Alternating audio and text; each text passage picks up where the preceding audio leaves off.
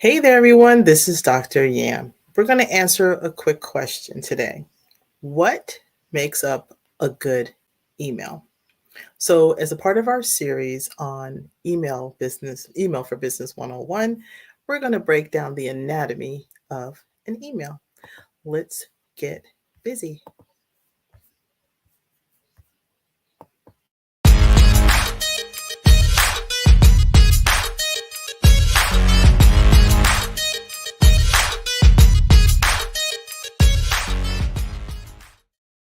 Hey there, everyone. This is Dr. Yam, your Keep It Simple coach inside of Content Creation Tips and More Facebook group and on my Facebook page, Keep It Simple Coach.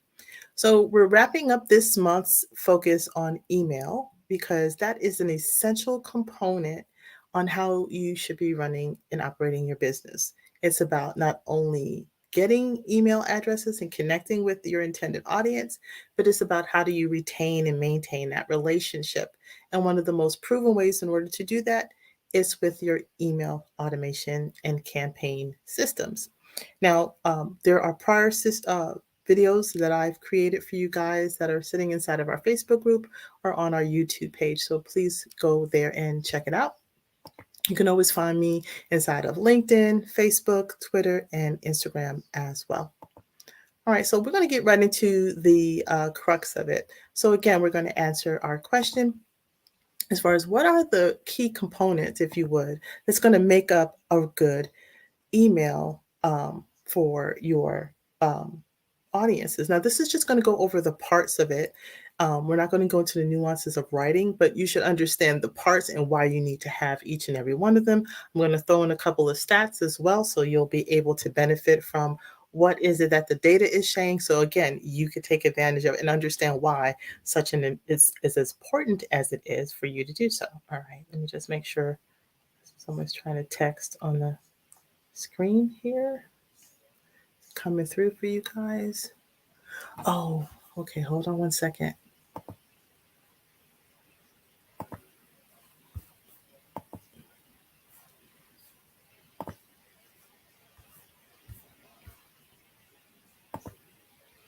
Okay. Alrighty. So I think we're good now. Sorry for you guys inside of our community. If you didn't see it, you see me now. Okay. I think you guys should be good to go. Facebook is always so special on certain days. So we're going to make sure we can come through. All right. So again, essential question for today. What makes up a good email, and as far as composing of it, and then why is it important to know all the pieces and parts? Because basically, if you don't understand all the pieces and parts, then the whole is not going to make very much sense to you at the same time. So you want to benefit from that. So let's break it down. So I'm going to bring up a visual for you. I didn't create it. I'm going to give props to Monkey. Let me make sure I say the name right, because I never. Kim is Mobile Monkey, and they created a really nice visual that I thought was useful. So I don't recreate when things are already looking good. So I'm going to share that with you in just 1 second and bring that up, and then I will kind of navigate you through. So I'm going to take this down, and we're good to go. All right.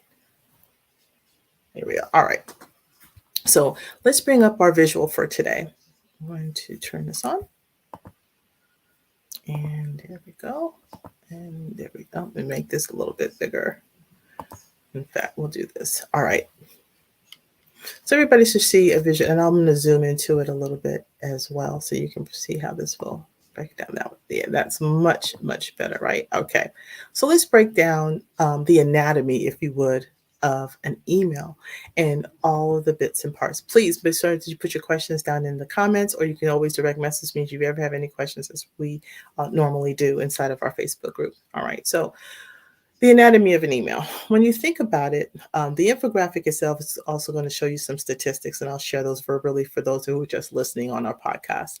But people, for instance, are going to, when it comes to just getting email, and you know your behaviors, you're very much similar to who your intended audience is. So this should not be a surprise, right? But basically, people are going to open up your email simply because of who it's coming from.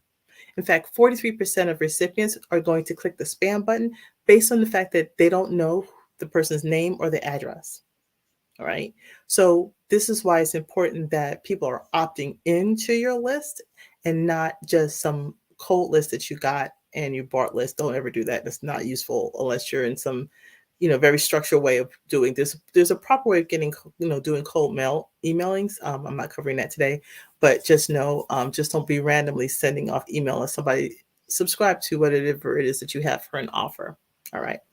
And then another reason is just the from address itself. You want to make sure again that it's a clean and useful email. Sometimes if you see long emails, you know this, I do it also too. I check the emails. If I know something weird, like I'm always getting stuff from Facebook, but I look and I'm like, that's not a Facebook address, right? So you have to just do a little bit of due diligence on your own when it comes to opening up the emails themselves. The other thing is going to be, again, your subject line. Now, with respect to that, that's meaning, again, more than 35% of those who receive emails are going to open it simply based on the subject line. And so that's why it's important that you have captivating, useful, short subject lines that are, again, have a higher likelihood for people to open them. And then, of course, 22% of them are going to open it even better if it's a personalized subject line as well. So those are going to be some of the things that you want to be mindful of. Now, when we think about, so there's the parts. So there's the from, there's the address, and then that subject line. Again, if it's personalized, much more apt to opening it than if you're just saying something in a generic fashion. All right. Now, when we come on down to the next part, we've got the pre-header. Now, a lot of people, and I'll be honest with you, I kind of missed this when I was first starting out because I was like, I didn't understand how it even got there. And then I found out as I was, getting better and using my tools. Most of the times we're purchasing tools and we're probably only using like 20% of the intended functionality of some of the features and functions that are there in the tools that we choose. So like I said, when as I was modeling for you guys on MailerLite, it's the same thing. So there's what they call a pre-header. So the pre-header, if you'll notice, even if you open up your cell phones right now, you look at an email, you'll see information there that is kind of like what we call like a pretext to the actual email that you only see when it's in preview mode when you're looking at email. That's what we call a pre-header. It's basically containing like summary text of what the subject line is. It kind of should coordinate with the subject line of the email too. So it does take a little bit of finessing, if you would, when you're creating an email, that the pretext and that pre-header kind of coordinates with the topic. So they kind of, complement each other, if you would. But it's, again, kind of like a heads up of what's going to be in the content of the email. And it's another piece of being able to draw people in to the email that they'll want to actually open it. So just notice, just from that alone, we haven't even opened up the email, right? And you're able in that preview, because most of us are opening up our email on our cell phones. In most cases, I'd say like during the business day or whatever, like 80% of the time during the day, we're opening it up from our cell phones versus our desktops. So that's why those components at the very top of the anatomy of that breakdown is really important, that we're getting that much information crammed to the smallest part, if you would, of the actual email itself. So that's another way of kind of looking at it. So again, your name, email address itself. Again, I talk about email addresses all the time. It should not be a Gmail. You're in business, get your business email and associate with your domain. If you don't do anything else, you can spend the darn $12 a year. I showed you how to do that and get an email address for yourself. So if not, again, it's inside of our guidelines and it's inside of our library videos as well. All right, so there's that part. Pre-header is just that kind of like what's coming next in the body of the email itself. All right, so what is the header? So when we think about a header, it's basically the email body that precedes the actual, is preceded by the header itself. So this is going to be that information that I just showed you at the top. That's what we're going to call the header. The date, the sender, the subject. That's the header section. Now, you may want to, let me just make sure I see something here. Okay. Is when it loads. So you're going to see all that information at the very top when they open up the email. Okay. So that's just the way it lays out. So the purple section here is for the preamp stuff that you're going to see from the preview. And then now the purple is like what you're going to see, the blue rather, is what you're going to see once you open up the email. Again, header is going to show all the pre-text information. And then if you have a navigation bar, this is another nice thing. So in your emails, you can have what we call a navigation bar. This is going to be an opportunity for you to help people to navigate to maybe your blog page, your home page, things like that. That's what's going to be showing up in that particular section. And so it could be very useful information that's going to be able to send people, at least direct them to some specific places that you might want them to go outside of the actual email itself. So that's kind of what the navigation bar is going to look like for you on the top of the email. All right. Now, then there's the email body. Now, when we think about that, that's basically the message. You kind of want to come up with your own kind of theme and your tone of what is going to have that continuous conversation that you have with your intended audience and how you want to convey a particular message, right? An introduction, some type of maybe some backstory, depending on the intent of the email. We talked about the different types of emails in our prior coaching separate conversations. So there's several different types of emails: your welcome, your indoctrination, your promotions, onboarding. There's those, even if you're looking to like take people off your list. So those different types of emails are all going to apply to different intent, but at the same time, the structure of that email are all going to follow in a similar fashion. Now, once you have kind of like that introduction and the purpose of your email itself in that anatomy, then you can, as a part of that, it can compose of both text as well as images. And I like putting images in my emails when they're intentional and purposeful, not just for the sake of putting them in. Some people like to use GIFs. Some people like to use something that's animated or a meme and things like that because it is attached to the personality or the persona of who you are and what you're saying in your message. So you have that. Also be sure though that the pictures are of good quality and are going to grab people's attention as far as what it is that you're trying to offer. And then, of course, if in most cases, not to say all emails are going to be promotional, but if you're sharing information, then you want to be able to give detail to the offer itself. What is it in particular? The reason why they need to want to make a purchase based on if this is going to be like for a promotional email, then you want to give some details with respect to that. Now, after that, you're going to have a call to action. Now, again, depending on the type of email that you're sending out, but again, if it's just going to take it for encouraging of a purchase, then it's going to be buttons, call to action buttons themselves, or phrases that are going to be like shop now, act now, save today, buy now, buy it today, I want one, order now, save, start saving for tomorrow, get free shipping, whatever. These are different call to action buttons. People are going to opt in at this point. And so that's part of the anatomy for the body of the message. Once you've conveyed what the purpose is of the message and you're giving people enticing offer and you show some a useful image that's going to grab people's attention, then you obviously want them to then take action. Right. And so there are different verbiages that you can use as either in the form of a button or just simple text with a hyperlink that's going to take them to the landing page of your particular offer and further information.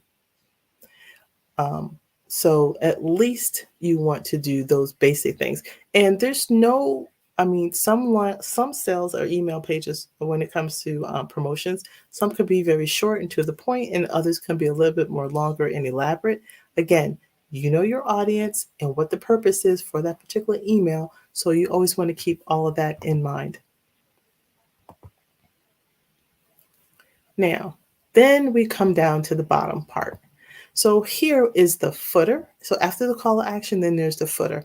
So here in the footer, again, is going to be your name, salutation, a PS line if you'd like. Sometimes that information can also be the your contact information, obviously, a gentle reminder. So here's that reminder. So people are like, why am I getting this email? Right. So you always want to have this kind of gentle reminder that just provides people that information that, remember, you chose to receive this email and in goodwill, and I am providing it to you. Now, sometimes, depending on your different platforms, you have an ability for people to um, opt out. So you always want to make sure that there is an unsubscribe link. It's a required component of any email, because sometimes, even though people might have signed up for whatever it is that you had to offer, it doesn't mean that every time they want to continue to stay with you. So an unsubscribe link is a required component. So you're not even able to like delete it on most systems, the best that I know of at least. And so they can always have the option of either reducing their subscribers. The subscribership, maybe sometimes you can change frequencies and say, I don't want to get them so often, or maybe I want to take a 90-day rest. So there's different settings that are depending on the different platforms that you have that you can consider to put there. But unsubscribe is just going to take them off the list, and then they're off. And believe me, you always want to have, I'd rather have people who would rather be on my list and like what I have to offer than people to spam and put me in a spam folder. And that's what you don't want. So let people unsubscribe is much better than them saying this was a spam email because I don't like you anymore. And you don't want that. So there, my friends, is what are the key components of an email. And you want to make sure that all of the pieces and parts flow together nicely. But those are the key components when you break it down. That is going to help to make your email healthy, and is also going to continue to make the connections to your intended audience even better. Alrighty. So if you have any other questions with respect to that, always shoot them here inside of our Facebook group, and always know that you can always direct message me as well. So until next time, my friends, this is Dr. Yam, your Keep It Simple coach. And always remember that email is one of the key components when it comes to our email automation and our content ecosystem itself. And so one of the 6 components, all of them are important. Get good at one and then move around to the next, and we'll be continuing our learning journey inside of our community. Until next time, this is Dr. Yam. I'm your Keep It Simple coach. Let's get busy. Bye-bye.